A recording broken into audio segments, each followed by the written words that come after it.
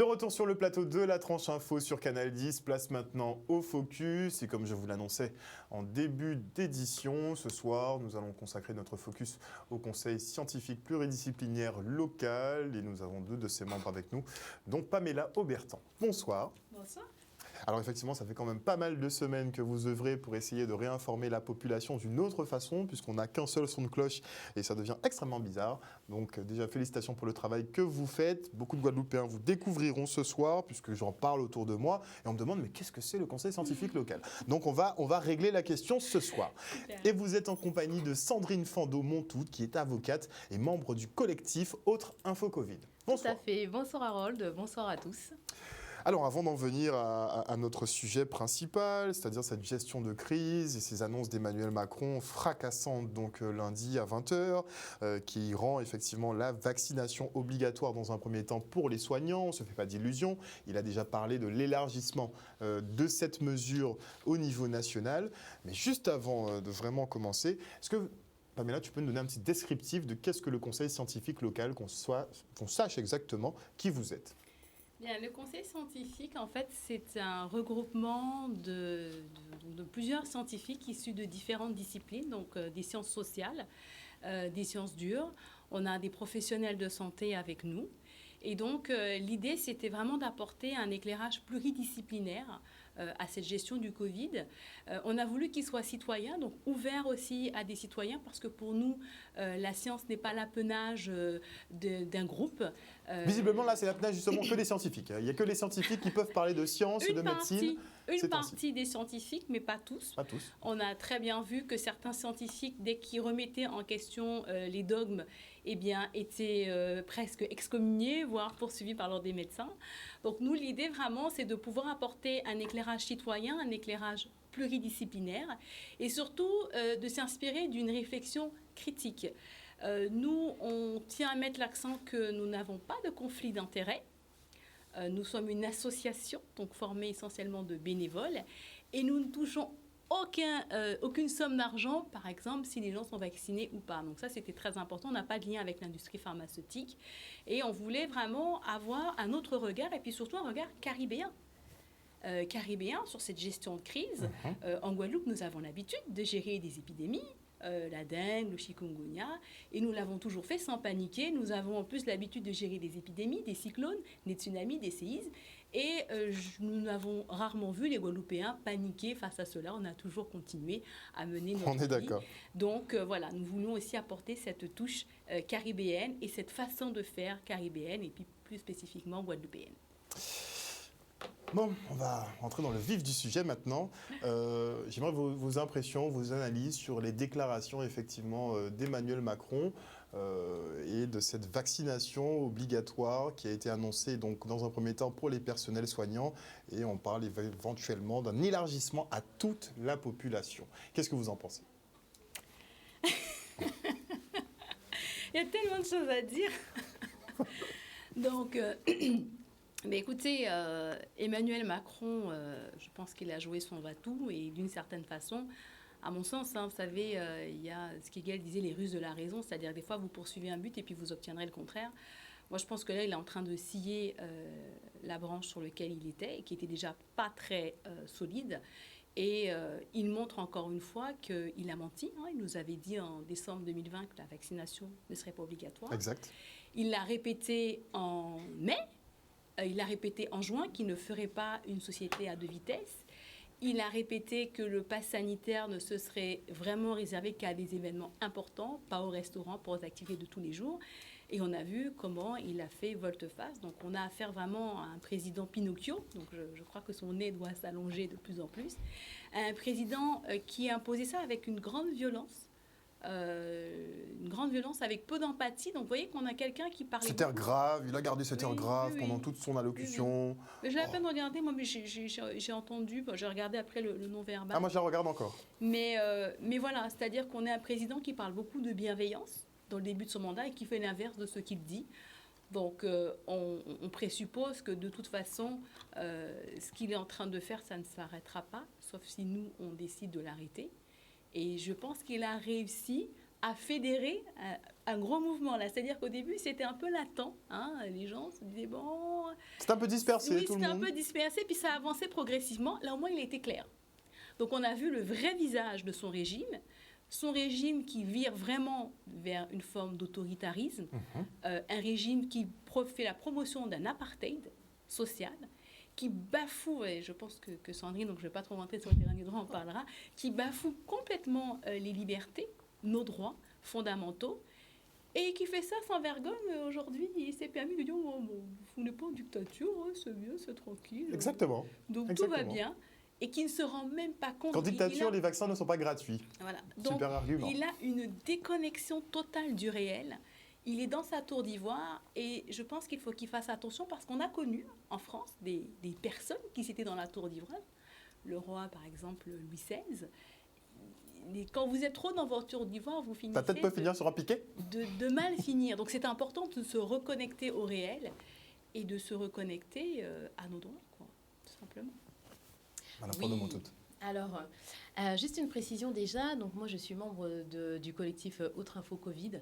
Ce collectif s'est constitué spontanément. Ce sont juste des citoyens qui se sont dit qu'ils voulaient aller au-delà dans l'information, au-delà de l'information qui nous était donnée. Mais pourquoi ? Parce que justement, on sentait qu'il y avait des paradoxes dans cette information, qu'il y avait des choses qui n'allaient pas, il y a des choses contradictoires et des choses qui ont questionné des personnes. Et quand je vous dis que ça s'est fait vraiment spontanément, on est des personnes qui ne se connaissaient pas et qui ont eu le besoin de se regrouper pour justement réfléchir ensemble et qui avons partagé le même sentiment d'imprécision, d'incohérence, d'injustice. Moi, ce que je dirais sur le discours du président... donc ce fameux 12 juillet, où certains disent qu'on est passé dans un autre monde, je dirais que les gens sont étonnés, mais moi je vous dirais que je ne le suis pas, je ne l'ai pas été. J'ai peut-être été étonnée par la mise en scène magnifique avec la tour Eiffel derrière, etc.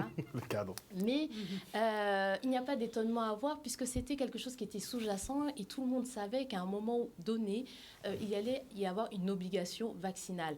Alors comment ils allaient la mettre en place, c'était la question en fait, et à quel moment, puisque tout le monde se disait, bon ben voilà, on est un peu relâché en ce moment, on a arrêté les couvre-feux, on nous permet de ne plus porter de masque à l'extérieur, tout le monde était dans une atmosphère plutôt ludique, et tout le monde se disait, mais par contre à la rentrée, attention, là il va falloir être vigilant, etc. Alors, surprise, en plein mois de juillet, le 12 juillet, 2 jours avant le 14 juillet, je ne sais pas si c'était choisi, les personnes sur leur lieu de vacances ou en détente voit un président très décidé et qui vous dit qu'aujourd'hui, maintenant, on arrête de jouer, on arrête de faire semblant et on officialise une situation qui était déjà présente, d'accord ? Puisque quand vous n'étiez pas vacciné, on vous faisait déjà remarquer que vous devez faire un test PCR pour voyager, vous devez faire une septaine. Et j'en reviens, et je fais une petite parenthèse sur des recours qu'on avait déjà avec une consoeur, Maître Navin, qu'on avait déjà exercé sur cette septaine, vous vous souvenez, entre la métropole et la Guadeloupe. Et la septaine obligatoire. La septaine obligatoire. Puis quand vous partiez en France, vous aviez une autre septaine. Donc il y avait double septaine. Donc, et ça, c'était valable pour les personnes non vaccinées. Les personnes vaccinées, bien sûr, n'avaient pas cette septaine. On n'avait pas d'obligation vaccinale, mais vous sentez bien qu'il y avait une incitation à la vaccination très forte. Grosse pression. Très grosse pression. Le pass sanitaire, c'est la même chose. C'est exactement le même but. Est-ce que vous faites, vous, le distinguo entre pass sanitaire et pass vaccinal, puisqu'on aime bien faire la nuance? Alors, tout à fait, puisque le pass vaccinal, c'est juste peut-être un petit moyen mémotechnique, le pass vaccinal. Un pass sanitaire plus. Voilà, exactement. C'est un pass sanitaire où vous avez encore le choix entre la vaccination et le test PCR, tout simplement. Le pass vaccinal, lui, sera vraiment, on exigera la vaccination et puis vous voyagerez avec votre carnet de santé et puis voilà. Là où on peut dire que le discours a été extrêmement choquant et violent, c'est que effectivement cette obligation vaccinale imposée à des soignants, c'est pas n'importe quel public. C'est un public, il y a quelques mois, qu'on encensait, qu'on applaudissait. C'est un public qui a pris des risques, qui ont montré en plus en France métropolitaine avec des sacs poubelles, je me souviens. Exact, il n'y avait pas assez de il n'y avait pas de blouse, il n'y avait pas de masque, surblouse. il n'y avait rien. Ce sont des personnes qui étaient applaudies. Et aujourd'hui, quand vous voyez la violence, on leur dit, bon, bah, maintenant vous êtes obligés de vous vacciner avant le 15 septembre, sinon, alors j'ai l'avant-projet de loi, hein, on en parlera peut-être, sinon, bah, écoutez, on a inventé des nouveaux moyens de licenciement, tout simplement. Hein. Vous ne faites pas vacciner, en gros, hein, je simplifie très vite, vous serez licencié, on suspendra votre salaire. Comment peut-on passer de l'un à l'autre? Et cela s'accompagne aussi d'une agressivité énorme, puisque je suis tombée sur un article où on a carrément une dame qui dit « Mon père ne serait pas mort si les soignants s'étaient vaccinés ». Vous l'avez vu cet article? Je l'ai vu. On ne comprend plus en fait ce décalage et cette division que ça entraîne. Pourquoi? On se dit que ce discours, il a entériné la division entre les Français. On se demande où est passée la devise liberté, égalité, fraternité. Liberté, bah, vous l'avez plus si vous n'êtes pas vacciné. Égalité, il y a une discrimination entre les citoyens. Et fraternité, écoutez, les uns se tapent un peu sur les Clairement. autres. On voit créer des plateformes pour dénoncer bientôt les personnes qui sont vaccinées, non vaccinées. On arrive à quelque chose. Alors, est-ce que c'est voulu? Vous allez me dire, mais bien sûr que c'est voulu, mais alors dans quel but? Puisque moi, je pense que la force ici, c'est vraiment de pouvoir faire en sorte que ce discours n'entraîne pas des comportements qui seront irréversibles, hein, et qui seront une fracture dans notre société. Mais il est clair que ce discours est tout à fait violent. Et vous voyez qu'après ça, de toute façon, ce n'est pas que le Covid qui est visé, puisqu'après, vous avez une réforme des retraites qui a été envisagée. Vous avez aussi une reprise de... On s'attendait encore moins d'ailleurs, à la fin du discours, voilà, sur le fait de travailler plus longtemps pour devoir financer finalement la crise. Donc, la crise créée par le Covid, hein, très peu de nous ont finalement... contribuer. Hein, c'est-à-dire qu'on a bloqué l'économie pendant un peu plus d'une année. On a engrangé donc 200 milliards d'euros de dettes à minimal. Hein, les calculs ne sont pas terminés. Mais au lieu d'injecter ces 200 milliards-là dans l'hôpital public, effectivement, on a préféré laisser le système en déliquescence. Ça, ce sera matière à débat aussi quand on sera plus posé dans quelques mois. Puisqu'il a annoncé la fin du Covid pour 2022. Je ne sais pas si vous avez bien écouté. Moi, je l'écoute en boucle tous les jours, histoire de bien me rappeler. Alors, juste avant sa réélection. C'est un peu étrange avec des essais cliniques qui finissent en 2023. En 2023. Ah non, mais il a dit très clairement qu'on aurait affaire au Covid, donc on devrait vivre avec le Covid tout 2021 et encore quelques mois. J'adore le quelques mois de 2022. Quand on sait qu'il y a l'échéance présidentielle justement qui arrive en mars ou avril. On verra si le timing est bon ou pas. Alors n'oubliez pas une chose, hein, ce timing peut être repoussé. Hein. Je vous rappelle quand même que l'état d'urgence sanitaire a été repoussé jusqu'en décembre 2021. Hein. Il était prévu en septembre. Rien nous dit. Ils l'ont encore repoussé. On a déjà vu des échéances politiques repoussées. Ça ne serait pas surprenant qu'on voit des élections présidentielles repoussées. Enfin, ce n'est pas à ignorer. Et si on a une 4e vague d'ici la rentrée, on pourra effectivement repousser l'état d'urgence. Qui est déjà prévu apparemment d'après notre ministre de la Santé, qui est prévu pour la fin du mois d'août. Dont les gens seraient soi-disant vaccinés. Et je pense que c'est pour ça que ça sera intéressant de revenir sur un certain nombre de fondamentaux, parce que c'est vrai que ce que disait Maître Fando, il y a vraiment un décalage aujourd'hui entre ce que disent les gens, ce que disent les médias et les réalités. Et moi, j'aimerais revenir au conseil scientifique, mais on a essayé de revenir dessus. Premièrement, on a l'impression que le Covid, alors il y a eu une angoisse, que le Covid, ça serait une maladie extrêmement mortelle, de type Ebola, on va tous mourir. On rappelle que le taux de létalité du Covid, donc ça veut dire que si vous êtes infecté, votre chance, le pourcentage de décès par rapport au taux d'infection est de moins de 1%. 1,15, mais on a vu que c'était moins de 1%. Le taux de survie, si on vous dit que vous avez le Covid, mon taux de survie est de plus de 99%. On respire. L'âge médian du Covid, les gens qui décèdent du Covid, ce sont essentiellement des gens qui avaient plus de 84 ans. Et d'ailleurs, plus de 90% des gens qui avaient le Covid, qui sont décédés du Covid, étaient âgés de plus de 65 ans. Donc si vous avez entre 0 et 40 ans, le risque de mourir du Covid est de 0,05%. Donc on redescend. Autre chose aussi, on nous a dit que le Covid, ça ne se traite pas. Le Covid, c'est que le vaccin. La seule solution, c'est le vaccin. Or, les faits sont têtus. Aujourd'hui, vous avez des traitements qui ont été mis en place par plusieurs pays. C'est le cas du Mexique. Ils ont pris l'ivermectine. Donc l'ivermectine, ce qui est intéressant, c'est que c'est un traitement qui va... Alors c'est une molécule qui va bloquer le transporteur. C'est le virus, pour aller dans la cellule, il a besoin d'un transporteur. Mais l'ivermectine, ça bloque le transporteur. Et donc il y a plusieurs études qui ont montré des résultats très probants. Plus de 97 études avec tout ce qui est randomisé, ça a bien fonctionné. Et je peux vous donner l'exemple d'une société aux États-Unis, GT Food, une société d'abattoir qui avait 12 000 employés et qui avait toujours 10 à 15 cas de Covid tous les jours, malgré toutes les consignes d'usage. Il y avait souvent des arrêts de travail, des septaines, et ainsi de suite. Donc du coup, ils ont traité avec l'ivermectine. Et 15 jours après, plus de cas. Le Mexique, Mexico, la ville de Mexico, il y avait énormément de Covid, de cas de Covid. Les systèmes hospitaliers étaient saturés. Ils ont mis l'ivermectine. Ça a diminué. L'État d'Uttar Pradesh, l'État indien, donc 230 millions d'habitants, ils avaient 35 000 cas par jour avec 350 décès. Ils ont mis l'ivermectine. Eh bien, la moyenne des décès, les décès ont diminué, les infections ont diminué. Donc, c'est une maladie qui se traite, il y a des traitements. Donc, j'ai parlé d'ivermectine, vous avez des associations d'hydroxychloroquine, d'azithromycine, bref, vous avez plusieurs traitements. L'essentiel, c'est de voir son médecin au début.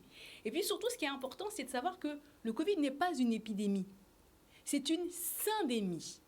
Une syndémie, ça veut dire quoi? Ça veut dire que c'est une maladie, le virus, qui se rajoute à une autre maladie que l'on a, une maladie chronique, diabète, hypertension, surcharge pondérale. Et la rencontre de ces deux fait que ça fait un cocktail explosif. Donc en fait, les personnes qui sont en bonne santé, qui sont jeunes, l'épidémie de Covid, ça peut être une maladie très banale pour eux. Par contre, les personnes qui sont en mauvaise santé, ça peut avoir des issues difficiles. Et vous avez plusieurs personnes qui ont parlé de ça. Et donc, du coup, l'idée, c'est qu'on n'est pas tous égaux face au virus, donc on ne peut pas avoir la même réponse sanitaire pour tout le monde. Il faut prendre en charge les gens qui souffrent de maladies chroniques, qui sont 20 fois plus mortelles que le Covid, obésité, diabète, hypertension, surcharge pondérale. C'est ça qu'il faut traiter. C'est cette santé-là des gens qu'il faut traiter. Et surtout, ce sont des gens qui prennent des médicaments. Donc, avec le Covid, ça fait des interactions. Est-ce qu'on s'est intéressé à ces personnes-là? Non, on n'a pas traité. Et pourtant, ils représentent 80% de la population qui se retrouve en réanimation, Voilà. En Guadeloupe, par exemple. Mais il y a des médecins qui ont essayé d'alerter dessus en disant que c'était les publics les plus à risque. Mais visiblement... Visiblement, ils n'ont pas été écoutés. Et puis surtout, on a dit on va protéger les personnes à risque.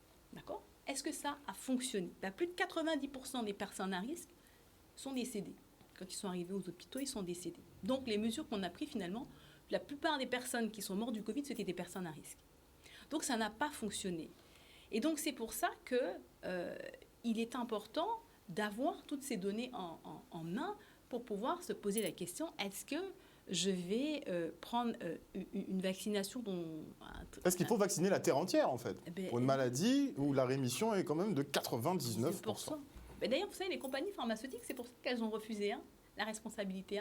Parce qu'elles l'ont dit, on ne va pas prendre le risque de vacciner des gens qui n'auraient aucun problème. Et qui sont en bonne santé. Et qui, dans 4 ans, vont pouvoir faire des procès parce qu'il y aura des effets négatifs.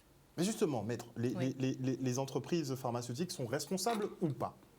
Alors, je vais vous répondre clairement, non, Harold. Elles ne sont pas responsables. Alors, pourquoi? La situation qu'on connaît maintenant, c'est la même qu'on a connue il y a à peu près 10 ans avec le vaccin de la grippe A, H1N1. C'est exactement le même type de situation. On a un virus qui, entre guillemets, sort de nulle part. On a ce qu'on appelle, à l'époque aussi, ce qu'on appelle une crainte de pandémie. On fait rapidement, on met rapidement au point un vaccin, le vaccin de la grippe A. Et puis, l'Europe se met à signer des contrats avec des laboratoires pharmaceutiques. On a un rapport du Sénat de 2009 qui décrit un petit peu le contexte un peu secret de ces contrats, où, en tout cas, on ne connaît pas le montant, bien sûr, de ces contrats, mais où l'on sait que les laboratoires pharmaceutiques ont négocié de ne pas porter la responsabilité de ce que pourrait provoquer en termes d'effets indésirables leurs produits. Pourquoi? Parce que c'est des produits, c'est un vaccin qui a été établi avec, dans un délai bref pour répondre à une épidémie qui a surgi, comme aujourd'hui, et qu'en contrepartie de cette rapidité, ils ne peuvent pas prendre en charge sur leurs épaules cette responsabilité. Alors, dans ce cas, on pourrait se poser la question, mais où va cette responsabilité? Eh bien, écoutez, c'est les États qui ont décidé de l'endosser.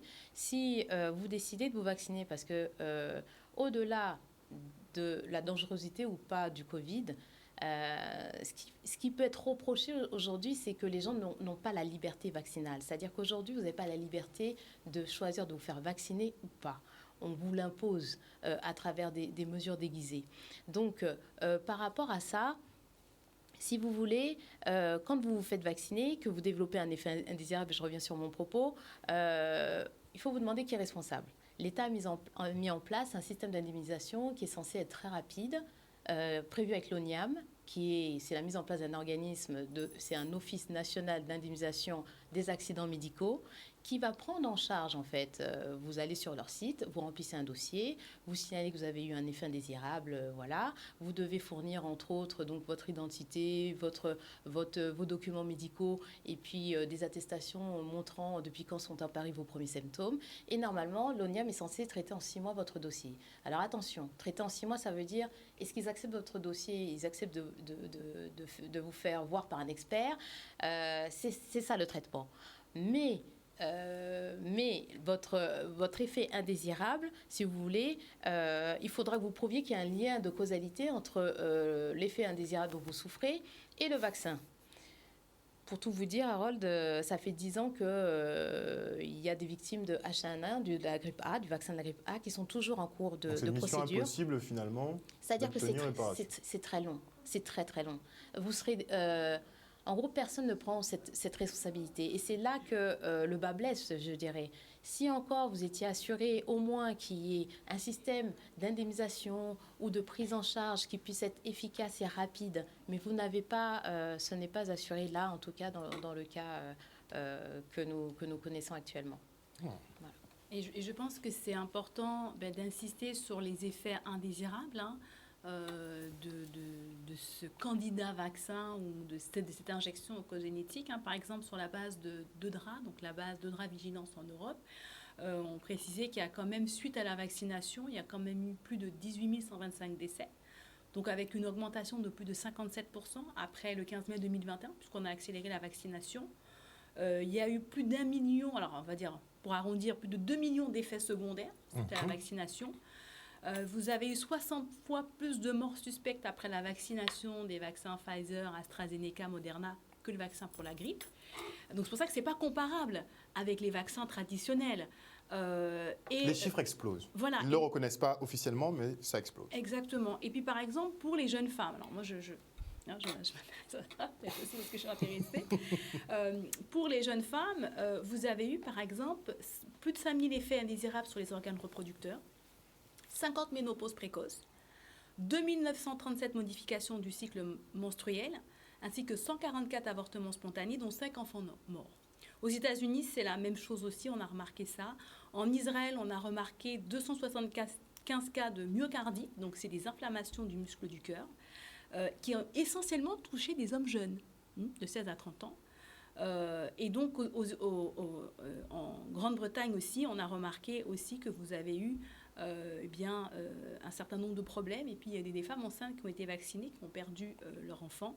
Et ça a eu des effets indésirables sur les fœtus ou les nouveau-nés qui sont nés avec des troubles du rythme cardiaque. Et vous avez eu des enfants des bébés qui sont morts-nés. Donc, c'est pas non plus sans risque. C'est ça qui est important. Et puis, par exemple... Mais ils disent que le risque est extrêmement minime, que les effets secondaires limitent, que ce sont des données non pertinentes, en fait. Il faut savoir que la France est très mauvaise pour... je pense que Maître Fandou ne dira pas le contraire, est très mauvaise pour rapporter les effets, et notamment pour sa pharmacovigilance. D'ailleurs, ils sont saturés. C'est ça, il y a un système de pharmacovigilance qui est assez défaillant en France, c'est-à-dire le fait de remonter les effets indésirables. Alors pourquoi? Évidemment, ça n'intéresse que très peu, c'est pas très intéressant financièrement. Hein. C'est pas en tout cas les laboratoires pharmaceutiques qui ont mis en place leurs produits qui vont eux-mêmes financer. Essayer de démontrer un peu les défaillances de leurs produits. Les défaillances de leurs produits. Hein. Et puis on a effectivement un système de pharmacovigilance qui était déjà critiqué au moment du H1N1 et qui ne s'est pas amélioré depuis. Donc, qui est biaisé même. J'aurais une petite déclaration à faire après. Voilà. Parce que clairement, moi je le dis ouvertement, moi je suis du genre à beaucoup traîner sur le site de la NSM, donc l'Agence nationale de sécurité du médicament. Et il y a quelques mois, doit y avoir 2 mois de ça, puisque jusqu'en mars, mars-avril, on avait encore des données complètes.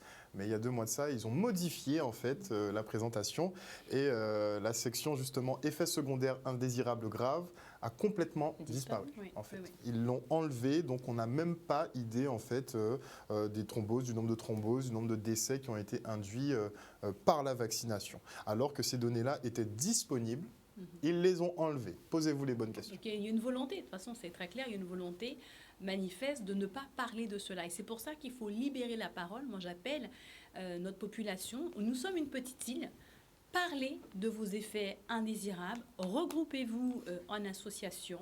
Et puis il y a des collectifs, il y a des avocats, rapprochez-vous pour faire entendre, parce que vous savez le droit c'est lent, mais il y a le temps des médias qui va vite, le temps du politique et le temps de la justice. Ça prend du temps, mais elle arrive. Mais pour ça, il faut actionner les choses. Et puis pour revenir aussi, donc, on parlait des effets indésirables, on nous a beaucoup parlé d'Israël. Faisons comme Israël. L'exemple type. Israël, l'Angleterre. Qu'est-ce qui se passe aujourd'hui? Alors le Premier ministre israélien, aujourd'hui, il est très honnête parce qu'il s'est rendu compte que de toute façon, il est face à un mur. Ils ont changé entre-temps. Il a dit clairement, là, il n'y a pas longtemps, les vaccins sont insuffisants pour lutter contre le variant Delta. Ils ont eu une augmentation importante des cas. Et donc, il dit, face à ça, vous voyez, on nous dit, prenez les 2 piqûres et la vie reviendra comme avant. En Israël, c'est ce qu'on a dit. Et bien là, le ministre Naftali Bennett vous dit, eh bien, face à l'importance des contaminations, on va peut-être reconfiner.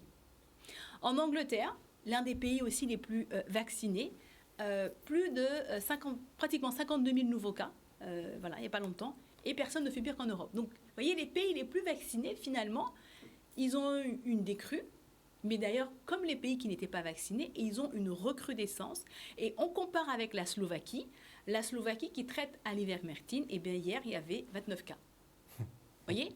Donc vous direz que les personnes justement qui tombent malades ces temps-ci ne sont pas vaccinées. Moi, je vois un peu le discours effectivement d'Olivier Véran ou du gouvernement français. C'est plus 90% des personnes qui arrivent à l'hôpital, en fait, elles ne sont pas vaccinées. Alors, on a le cas de l'Angleterre, on a le cas d'Israël, où une bonne partie des gens qui ont fait des formes sévères donc, étaient vaccinés. Et des formes mortelles étaient vaccinés. Il y a des cas en France, hein, vous avez eu des EHPAD en France où vous avez eu en février 2021 des résidents qui étaient tous vaccinés. Il y en a qui ont été hospitalisés, 4 des 78 résidents, donc c'était en France, dans le sud de la France. 12 membres du personnel ont été contaminés, qui étaient vaccinés, et 9 résidents sont décédés, qui étaient vaccinés. Vous voyez bien que ce truc-là, ça ne tient pas la route. Ça ne résiste pas. Et c'est là qu'on voit qu'on n'est plus face à la science, on est face à un dogme, on est face à une croyance. Et on a un clergé qui vient et qui est convaincu que ce qu'il dit, c'est bon. Donc, c'est plus de la science, parce que la science, on se remet en question. Moi, tout ce que je vous dis aujourd'hui, je suis prêt à remettre en question les choses parce que la science est fille du temps. Aujourd'hui, on a les données, demain, ça change. Et il faut, quand on parle, il faut faire preuve d'humilité. Et j'aime beaucoup l'accord Toltec qui dit que ta parole soit impeccable. Donc, de faire preuve de cette humilité, de dire ce que je dis pour être mis en question. Or là, on a une doxa, c'est Laurent Mukili qui en parlait. Vraiment, c'est ça. C'est-à-dire qu'il y a un discours et tous les gens qui s'éloignent du discours sont pourchassés ou excommuniés. Donc, on a l'impression de retourner au siècle, au Moyen-Âge avec l'Inquisition. Voilà, on a une forme d'inquisition. Et si vous remettez en question le discours, si vous questionnez les chiffres, soit on va mettre les données de côté ou elles vont difficilement être accessibles, soit on va vous traiter à les complotistes. Alors, dès qu'on a complotiste, on a fini avec vous et c'est bon, alors, vous êtes au tyran. J'aimerais ajouter une autre chose, c'est que le vaccin, on le voit comme un acte médical, qui est normalement un acte médical qui est posé et qui est grave. Enfin, en tout cas qui a une C'est certaine important, quand importance, même. qui est très important. Moi, je pense que tous, on a le souvenir que quand on se fait vacciner, on se rend chez son médecin, on subit une consultation classique où le médecin nous demande nos antécédents, si on n'a pas eu de fièvre juste avant, enfin voilà. Et ce qu'on observe, c'est que ce vaccin, alors il y a eu la création de vaccinodromes, on a une extension des personnes habilitées à donner le vaccin vertigineuse. Bientôt, même votre coiffeur, comme disait Pamela, en aparté, pourra même... Peut-être à l'entrée des restaurants, on ne sait jamais, peut-être les physios. On plaisante, mais il y a un décret qui vient d'être voté, donc le 7 juillet dernier, qui donne l'autorisation à votre opticien de vous... J'ai entendu, pour les opticiens. Et voilà, donc vous c'est avez vraiment aussi vrai. les masseurs. Ah, c'est vraiment vrai. Donc vous avez aussi les masseurs, kinésithérapeutes qui pourront aussi vous vacciner. On a une sorte de désacralisation de l'acte médical où maintenant vous pouvez aller, enfin là je regardais même à la télé en métropole, vous pouvez dans le Boulodrome à Marseille, entre deux lancers de boules, aller vous asseoir, vous faire vacciner et puis revenir jouer. Voilà, à Trois-Rivières, on a vu dont on parlait. La vaccination au cas. Voilà, au son du cas. Donc on assiste vraiment à... on a l'impression que c'est un acte simple. C'est festif. C'est très festif. On vous vaccine. L'acte est complètement dénué de sa solennité. Et on a retiré, j'ai l'impression, cet acte médical qui normalement doit rester entre les mains de votre médecin. Et donc, on a ces vaccinodromes qui apparaissent. Et puis, les gens, il faut vacciner à tout prix. Ouais. À tout prix. La deuxième chose, c'est qu'on a l'impression que maintenant, c'est votre vaccin qui fait votre statut social. Vous êtes vacciné, vous avez le droit d'aller là, vous avez le droit d'aller là, vous avez le droit d'aller là. Vous n'êtes pas vacciné, vous êtes un peu le rebut de la société. Ce n'est pas moi qui le dis, ce sont les textes qui vous le font comprendre. Quand on vous dit, et je reviens sur les soignants, certes, il y avait déjà une obligation vaccinale pour les soignants, mais à aucun moment, et moi j'ai lu l'avant-projet, à aucun moment, quand ils ne se faisaient pas vacciner, on a envisagé qu'ils soient licenciés. Avant, on prenait des dispositions, on pouvait les changer de poste, les mettre moins en contact avec les patients, etc. Mais à aucun moment, on faisait la menace de suspendre leur salaire ou de pouvoir les licencier. Donc on est vraiment passé à autre chose. Ce n'est plus un simple acte médical, c'est maintenant un passeport pour la vie, pour les libertés publiques. Et c'est là qu'on a un souci. Je reviens sur le discours d'Emmanuel Macron. Quand il dit aux soignants d'aller se vacciner et qu'il les exhorte, il les oblige à le faire avant le 15 septembre. Quand on fait ça et que le lendemain, on voit des gens se précipiter, alors que la loi le projet de loi n'était même pas encore sorti, alors que cette loi n'a même pas encore débattu en Assemblée nationale, nous, juristes, ça nous fait bondir. Ce n'est pas possible. Où sont passés les contre-pouvoirs? Où est passé le pouvoir législatif? Il n'y a que le pouvoir exécutif qui, aujourd'hui, produit des textes. C'est la Mais question depuis qu'on est que en état d'urgence sanitaire, le Parlement n'a pas grand-chose à dire dans ce qui se passe. Effectivement. Vous voyez un peu les conséquences aussi que cela a, parce que les textes, on aurait plus l'impression d'une plus grande démocratie. Quand on a fait des recours, alors c'est vrai que la justice va lentement, mais il y a la possibilité de faire des recours quand même en référé, c'est-à-dire de saisir très rapidement le juge administratif sur par exemple, des problèmes de septaine. Là, on l'a saisi dernièrement sur, vous savez que vous ne pouvez plus vous rendre en Martinique. Il est interdit pour des personnes non vaccinées de se rendre en Martinique. C'est l'article 1er d'un arrêté. Motif impérieux. Sauf motif impérieux. Sauf motif impérieux. Oui, mais sauf motif, j'allais y venir, mais... Mais je veux dire, ça arrive en seconde partie de la phrase. Il y a quelque chose d'aberrant là-dedans. Une interdiction de base. Qui a été souligné par des voyageurs. C'est-à-dire que si vous n'êtes pas vacciné, donc il vous faut ce motif impérieux, il vous faut respecter la septaine. Mais si on est vacciné, puisqu'on peut être vacciné mais quand même avoir le Covid, il n'y a pas de contrôle, il n'y a pas de septaine. Mais j'irai même plus loin. Vous savez qu'il y avait ici, donc pour arriver en Guadeloupe, vous aviez une septaine, test PCR à l'issue de la septaine, mais quand vous venez de Guyane, même si vous êtes vacciné, vous faites une septaine quand même. C'est écrit noir sur blanc. D'accord. Donc c'est pour ça qu'à un moment, je ne sais pas si vous aviez suivi, en Guyane, ils voulaient faire un recours auprès des directeurs d'aéroports et des préfets, justement pour dénoncer ce traitement qui est fait aux citoyens, en fait, aux Guyanais. Parce que même vaccinés, ils ont quand même droit à l'isolement. Alors, pourquoi ? On a des paradoxes. Du fait que quand eux se rendent en hexagone, ils doivent respecter l'isolement. Quand ils venaient... Je crois qu'ils ont sorti un argument fallacieux du genre que l'air est renouvelé dans l'avion. Donc que les Parisiens... Non, de Guadeloupe, quand ils sortent de Guyane pour arriver en Guadeloupe, vous faites une septaine. Et même si vous êtes vacciné, voilà. D'accord. Voilà. Donc ça, c'est incompréhensible. C'est incompréhensible. Donc on a des paradoxes. Et comme des personnes qui viennent de métropole pour aller en Martinique, ils n'ont pas besoin d'être vaccinés. Ils peuvent très bien faire un test PCR. Et nous, venant de Guadeloupe, nous sommes obligés d'être vaccinés. On a des paradoxes dans les arrêtés qui, si vous voulez, vous laissent un peu perplexes. Surtout que ce sont des arrêtés, notamment en Guadeloupe, qui sont pris toutes les semaines.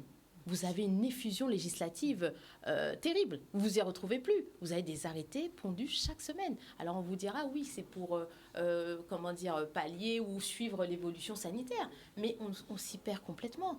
Mais on ne comprend même pas leurs règles, en fait. On ne comprend pas la finalité, l'objectivité des mesures, en fait, qui sont prises. Ce que nous, en tout cas, on comprend en tant que juriste, c'est que ça obère les libertés des gens, réellement.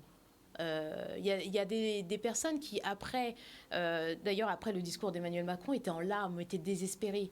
Il y a des gens qui ne savent pas quoi faire. Est-ce que c'est normal que ça crée ce genre d'impression, de sensation? Il y a des gens qui ne vont pas se rendre en Martinique, aller voir la grand-mère, etc., parce qu'ils ne peuvent pas le faire, parce qu'ils ne veulent pas se faire vacciner.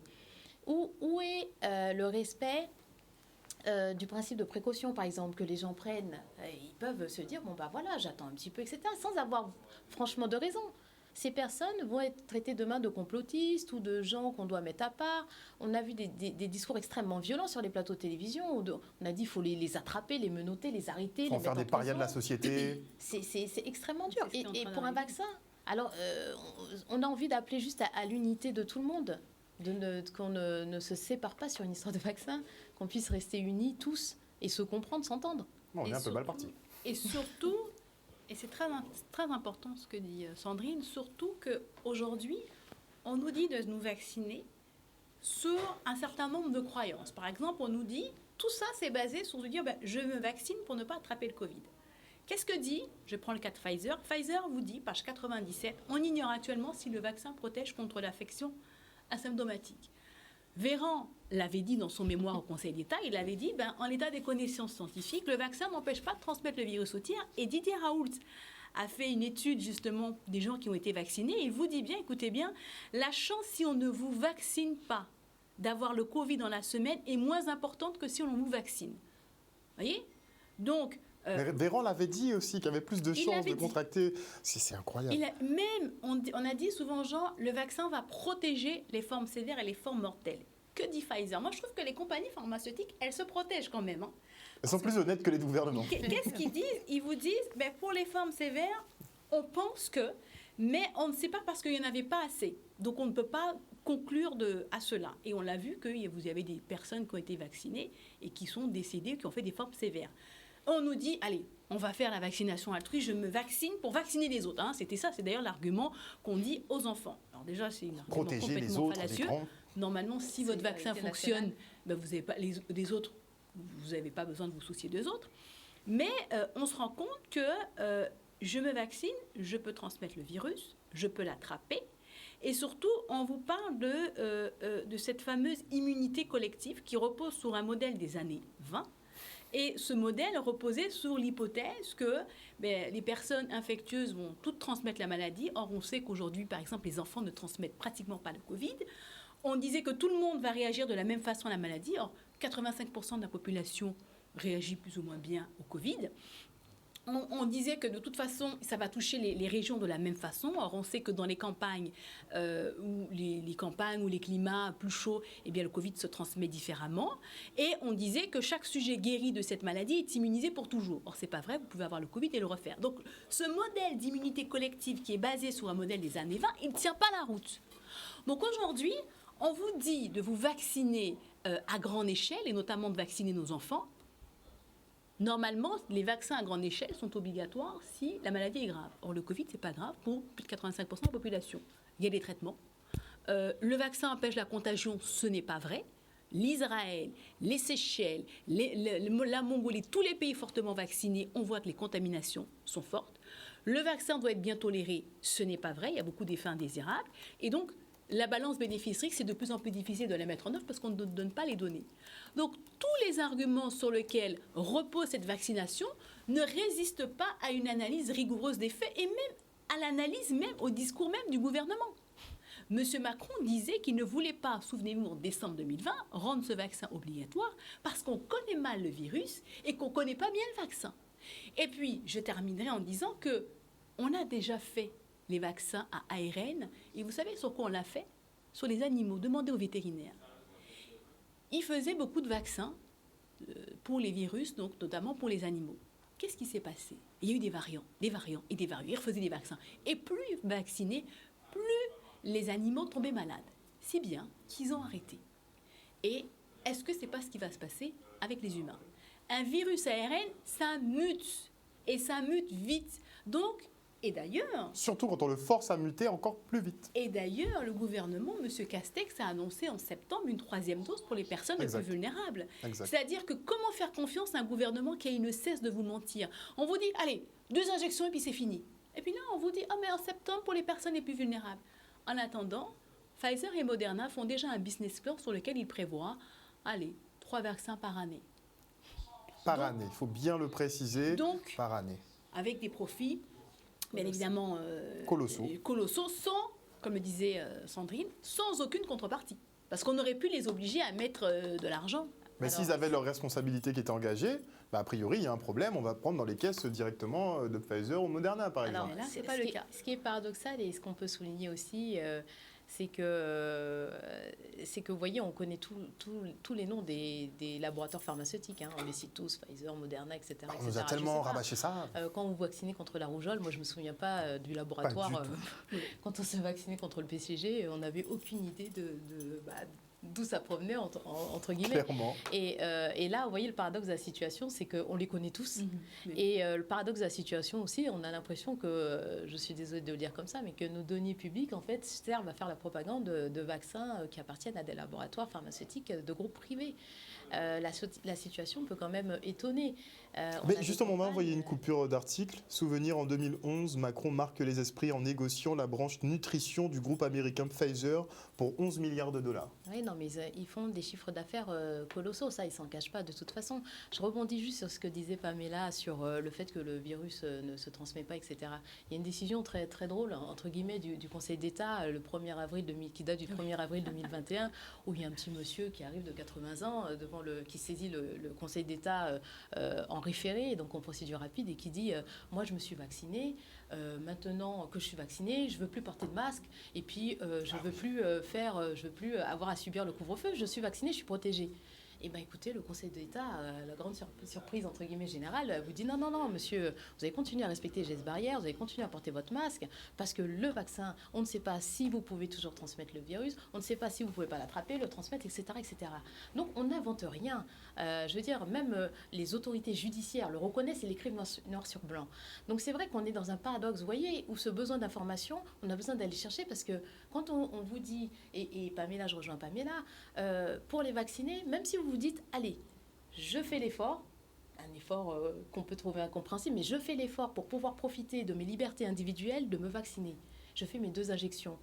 Pamela l'a très bien rappelé, et je l'ai vu aussi, Pfizer vient de négocier pour une 3e dose au niveau de l'Union européenne.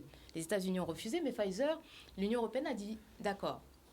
Ce qui laisse présager que demain, il y aura des rappels, comme pour les personnes immunodéprimées, mais il ne faut pas se leurrer. Pfizer a demandé une 3e dose parce que pour rendre son vaccin, soi-disant, plus efficace contre le Covid et les variants qui arrivent.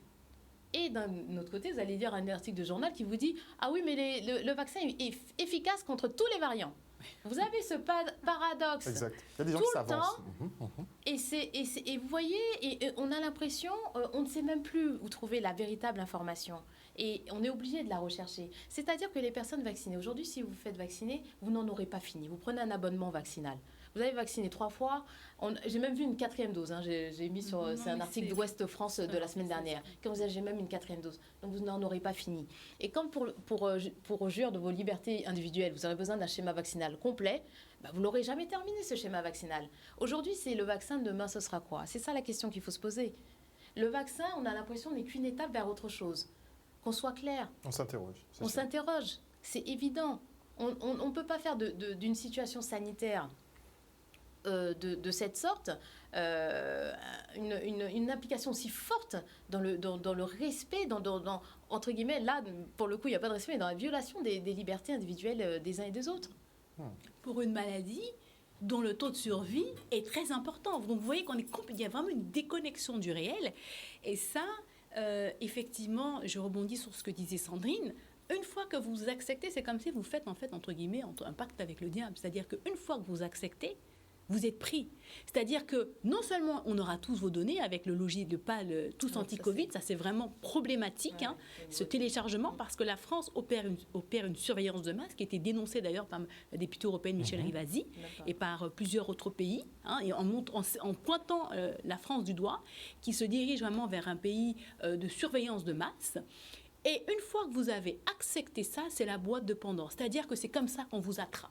Et là, on va vous dire 3, 4 doses. Et puis on va dire, finalement, c'est une syndémie, vous êtes en surcharge pondérale, il va falloir suivre un traitement si vous voulez aller tel ou tel endroit. Après, on ne sait pas, c'est la porte ouverte à tout. C'est-à-dire que derrière cet écran de fumée qu'est le vaccin, d'ailleurs qui n'est pas un vrai vaccin, mais en tout cas, bref, derrière cet écran de fumée, se prépare une société de discrimination. Comment on a instauré le racisme? Comment on a instauré le colonialisme?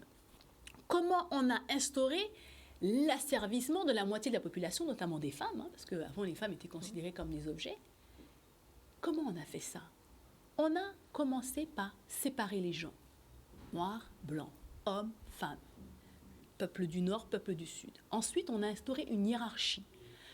On a posé ceux qui sont en haut. Donc on les encense, on leur donne des avantages, et ceux qui sont en bas. Une fois qu'on a instauré ça, donc là on est à cette étape-là, ceux qui sont en haut peuvent exploiter ceux qui sont en bas. Et ils peuvent avoir ceux qui sont en bas, donc deviennent des objets, et peuvent être exploités. Et c'est comme ça qu'on a mis en place l'esclavage. C'est comme ça qu'on a mis en place le colonialisme, qu'on a mis le racisme, qu'on a mis en place le sexisme. C'est toujours le même procédé. Séparation, hiérarchie, on confère des avantages et ensuite exploitation. Et on sait le temps que ça a mis pour pouvoir venir à bout de l'esclavage, pour pouvoir venir à bout du patriarcat, venir à bout du colonialisme. Ça a pris des larmes et du sang et des vies. Et nous, je pense qu'en tant que descendants d'Africains réduits en esclavage, on ne peut pas tolérer un système d'apartheid. Que vous voulez vous faire vacciner pour X ou Y raison parce que ça vous rassure, c'est fine. Il n'y a pas de problème. Si vous vous sentez bien comme ça, si vous vous sentez rassuré, faites-le. Si ça résonne en vous, faites-le. Mais ne faites pas quelque chose par chantage, résistez, désobéissez et surtout, ne faites pas quelque chose qui entraîne une discrimination. Parce qu'aujourd'hui, on vous dit ce sont les vaccinés, mais après, ça va être autre chose. Et vous voyez, une fois que vous avez on pourra prendre n'importe quel critère. Voilà. Pour et une fois que vous avez divisé la société, elle perd son unité. Donc moi je dis, vaccinés, non vaccinés, soyons ensemble et disons non à ce pass sanitaire. Que les gens qui veulent se faire vacciner le fassent, ceux qui ne veulent pas qu'on respecte leur liberté, mais qu'on ne conditionne pas notre vie à un candidat vaccin expérimental dont on ne connaît pas les effets à moyen et long terme. D'ailleurs, Pfizer et Moderna vous le disent. On ne sait pas les effets à long terme et surtout, ils n'ont pas fait d'études de génotoxicité. Ça veut dire qu'on ne sait pas les impacts que ça aura sur notre ADN, sur notre patrimoine génétique. Mais on a des spécialistes qui semblent encore plus au fait que Pfizer et les producteurs du vaccin et qui démentissent tout ça. Qui disent effectivement, non, c'est fiable, bon, les effets secondaires, données variables, et franchement, ils font une communication en disant le produit est parfait. Alors, moi, je rebondirais. Alors, c'est vrai que je vais me placer sur un plan différent que celui de Pamela, que le plan de l'apartheid, l'esclavage, etc. Parce qu'en fait, dans certains côtés, la situation, elle touche tout le monde. Que l'on soit descendant d'esclaves, ou qu'on soit blanc, ou qu'on soit noir, qu'on soit chinois, etc. Non, mais on a l'habitude avec la division. Oui, tout à fait. Les divisions, oui, ça, j'ai compris dans ce sens-là. Mais ce que je veux dire, c'est que il y a un sentiment qui a été commun à tous. C'est ça que je veux dire, c'est la peur. la peur qui a été instillée dès le départ. Je ne sais pas si vous vous souvenez, au départ, on ne savait même pas ce que c'était le Covid. Tout le monde rentrait, on lavait nos courses, on changeait nos chaussures. On nous a fait croire qu'on allait tous mourir, on se rappelle très bien. On se lavait à l'extérieur, on retirait nos vêtements extérieurs, on faisait 10 machines par jour. On n'osait plus toucher les poignées des portes. On se touchait plus non plus. On s'inquiétait de ne pas avoir assez de gel hydroalcoolique, il y avait des ruptures de stock, on se précipitait dans les pharmacies, on en faisait 10 à la fois pour retrouver un petit peu. Et ce sentiment de peur, en fait, qui a amené progressivement à la manipulation des gens. On arrive après à ce que tu dis, en fait, à cette division, etc. Mais c'est la peur qui guide un peu tout le monde. Et c'est ce sentiment aussi qui a fait que des gens se sont précipités pour aller se vacciner après le discours, après l'allocution du président. Ou le coup de pression du président, vraiment. Rendez compte, il a parlé et puis le lendemain, on ne pouvait plus avoir une seule place apparemment pour réserver et aller se faire vacciner. Donc, quel est le sentiment qui a guidé les gens ? Ce n'est pas des sentiments de solidarité, ce n'est pas la peur d'être malade, ce n'est pas l'envie de protéger l'autre, mais c'est la peur juste qui a amené les gens à se faire vacciner. Alors, on peut s'interroger, est-ce que ce sont de bonnes raisons d'avoir peur ? Pourquoi infliger cette peur ? Et est-ce une façon de diriger ? Beaucoup de personnes ont parlé d'infantilisation. Les gens aujourd'hui, on défend des principes d'autonomie, des principes de liberté vaccinale, qui sont des principes qui sont inhérents à l'être humain. Aujourd'hui, vous n'avez plus ces principes-là. Aujourd'hui, il n'y a plus une seule personne qui n'est pas inquiète sur ce qui va se passer demain. Quand vous allez faire vos courses, alors je voyais... Mais les inquiétudes, il faut le dire, n'ont rien à voir avec le Covid. À proprement parler. Voilà, ça n'a rien à voir avec. On n'a pas peur de la maladie, on a des peurs pour plein d'autres choses. Écoutez, moi je voyais quelque chose d'assez amusant. Les commerçants, alors il y a un gros centre commercial en France, là, les 4 temps à la Défense. Et ben des commerçants vous disaient, si on applique le pass sanitaire stricto sensu, il y aura une queue de 27 km tous les matins, le temps qu'on vérifie tous les passes sanitaires. Est-ce que vous vous rendez compte que les restaurateurs, s'ils ne font pas ces contrôles, ils seront condamnés, dans le projet de loi, à 45 000 € d'amende et 2 ans d'emprisonnement. Mais est-ce que c'est possible que ce projet de loi passe ? Écoutez, on va bien voir. Mais le président, en tout cas, le président de la République avait l'air sûr de lui, puisqu'il a exhorté avant même que la loi ne soit passée, ce qui est, comme je vous dis, un paradoxe complet. On a l'impression qu'il a décidé et que ça va automatiquement suivre. C'est là le problème. Moi, je pense qu'effectivement, il faut pouvoir, que les personnes s'expriment, que les soignants se fédèrent, ne pas céder à la panique. Donc, on n'a pas d'obligation vaccinale pour l'instant, c'est pas la peine de se précipiter tout de suite. Si les personnes ne souhaitent pas se vacciner, elles n'ont pas à le faire immédiatement. La loi n'est pas sortie, l'avant-projet de loi n'était pas sorti avant il y a 2 jours, donc il n'y a pas de précipitation à avoir. Les gens sont encore libres de pouvoir réfléchir, de prendre leur temps. Contactez vos députés, vos sénateurs, mobilisez-vous. Discutez, ouvrez la parole, comme tu dis. Si on prend le cas guadeloupéen, on a droit à un silence radio. Eh bien, contactez-les, appelez-les, mobilisez-vous, écrivez-leur des courriers. Allez voir aussi, écrivez des courriers à d'autres députés aussi. Il y a des modèles de lettres là, qui circulent sur les réseaux. Mais ne vous laissez pas faire. Et en tout cas, battez-vous pour vos libertés, parce que si on a une responsabilité historique, c'est-à-dire que si on ne fait rien face à ça, nos enfants risquent de vivre dans un monde où tout sera surveillé, conditionné. Est-ce qu'on veut ça ? C'est important de savoir quel monde je veux, dans quel monde je veux vivre et quelles actions je pose pour cette vision du monde. Si je veux un monde de paix, d'harmonie, de fraternité, quelles actions je pose et quel est le monde que me propose Emmanuel Macron et sa clique ? C'est un monde d'enfermement. C'est un monde de violence. De contrôle. C'est un monde de mensonge, de contrôle. Est-ce que je veux ça pour mes enfants ? Si je ne veux pas ça, eh bien c'est maintenant. C'est-à-dire qu'on n'aura pas une autre opportunité. Vous savez qu'une fois que les choses passent, après, c'est très difficile de revenir en arrière. Donc, il faut le faire maintenant. Et puis, obéir à des lois injustes, c'est un devoir. Désobéir à des lois injustes, comme disait Martin Luther King, c'est un devoir moral. Donc, il y a une possibilité de le faire. Et les Anglais, alors je prends l'exemple des Anglais, où Boris Johnson voulait faire son pass sanitaire. Qu'est-ce qu'ils ont fait, les Anglais ?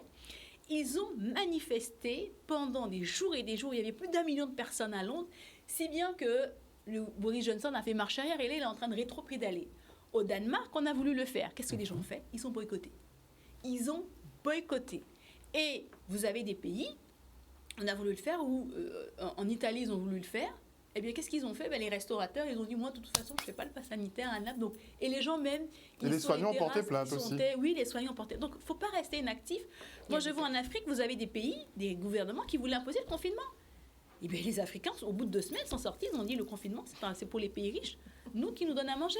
À Bali, le gouvernement avait dit confinement. Le soir même, les gens, les restaurateurs, les boîtes de nuit, tout a réouvert. Ils ont dit, nous, votre confinement, on a fini avec vous. On a fini avec le Covid.